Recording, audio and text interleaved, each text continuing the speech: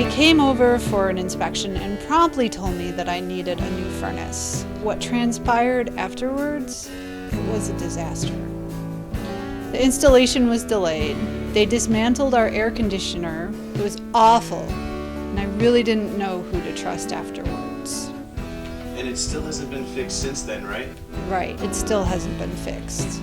Have you heard about the BBB? The what? Here, let me show you the BBB app.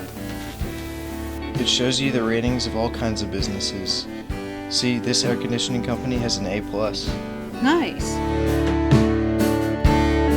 Yeah, so I took your advice and I used the BBB to find a great company that gave me an air conditioning unit. Thank you, BBB.